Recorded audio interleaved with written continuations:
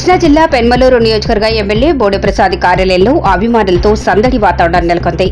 ఈ సందర్భంగా బోడే ప్రసాద్ మాట్లాడుతూ గత 5 సంవత్సరాల నుండి జరిగిన విధ్వంసకర పాలనకు ప్రజలు స్వస్తి పలికారని, ప్రజా వ్యతిరేక విధానాలపైన ప్రజలు తిరగబడి ఓట్ల రూపంలో టీడీపీకి అపూర్వమైన విజయం అందించారని తెలిపారు.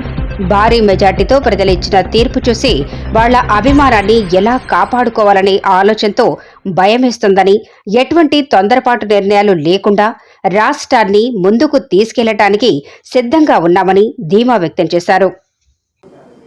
ప్రజలు ఈ ప్రజా వ్యతిరేక విధానాలపైన ఎంత తిరుగుబాటుతనంతో ఉన్నారో ఈ తీర్పును చూస్తే అర్థమవుతా ఉంది.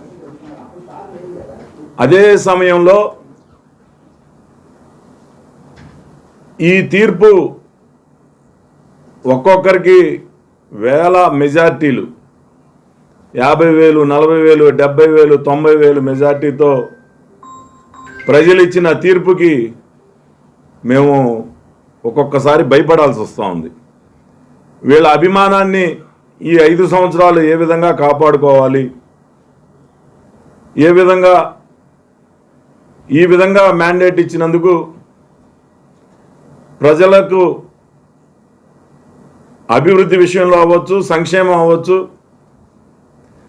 లేకపోతే శాంతి భద్రతల విషయంలో అవ్వచ్చు, అన్ని విషయాల్లో కూడా రాష్ట్రాన్ని సమగ్రంగా ముందుకు తీసుకెళ్ళడానికి చంద్రబాబు నాయుడు గారు, నారా లోకేష్ గారు, పవన్ కళ్యాణ్ గారు, ఎన్డీఏ అందరూ కలిసి ఆలోచన చేసి ఎటువంటి తొందరపాటు నిర్ణయాలు లేకుండా రాష్ట్రాన్ని ముందుకు తీసుకెళ్ళడానికి ఆయన యొక్క అనుభవంతో గత 5 సంవత్సరాల నుంచి ఏ విధంగా ఈ రాష్ట్రం నష్టపోయిందో ఆ నష్టాన్నంతా కూడా పూడ్చుకోవడానికి ముందుకు అడుగులేస్తాం. ఈ రాష్ట్రాన్ని అభివృద్ధి చేస్తాం. నష్టపోయిన యువతకి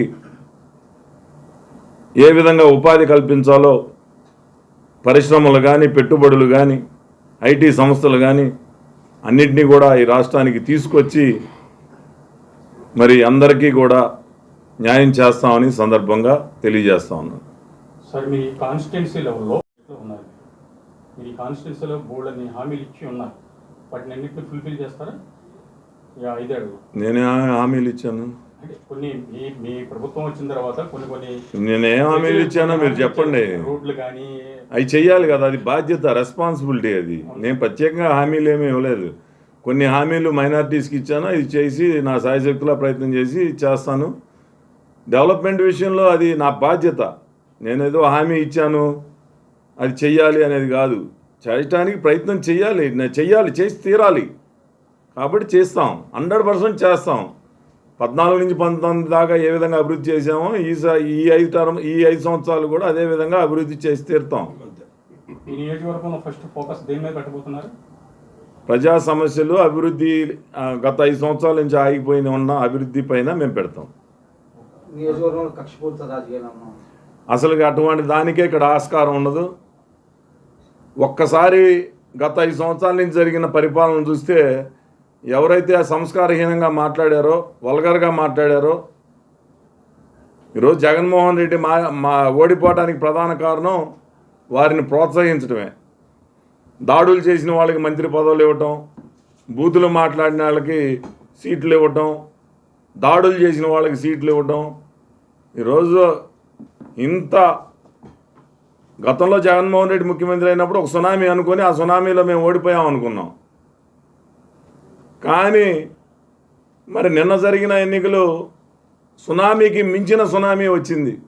అంటే ప్రజలు ఏ విధంగా ఆ రోజు జగన్మోహన్ రెడ్డి కావాలి అనుకుంటే ఏ విధంగా తీర్పిచ్చారు, ఈరోజు జగన్మోహన్ రెడ్డి వద్దనుకుంటే ఏ విధంగా తీర్పిచ్చారో కళ్ళకు కట్టినట్టు తెలిపిస్తుంది. ఇవన్నీ మాకు కూడా పాఠాలు, మేము కూడా నేర్చుకోవాలా.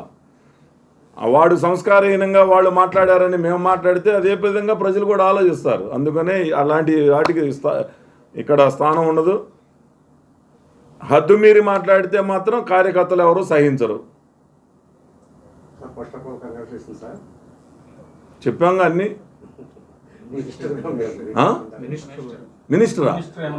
అసలు నేను ఇప్పుడు ఎమ్మెల్యే పదవి, ఎమ్మెల్యేగా అభ్యర్థిగా లేదు అంటే నాకు కావాలని నేను ప్రజల మధ్య ఉన్నాను, పోరాటం చేశాం, తెచ్చుకున్నాం.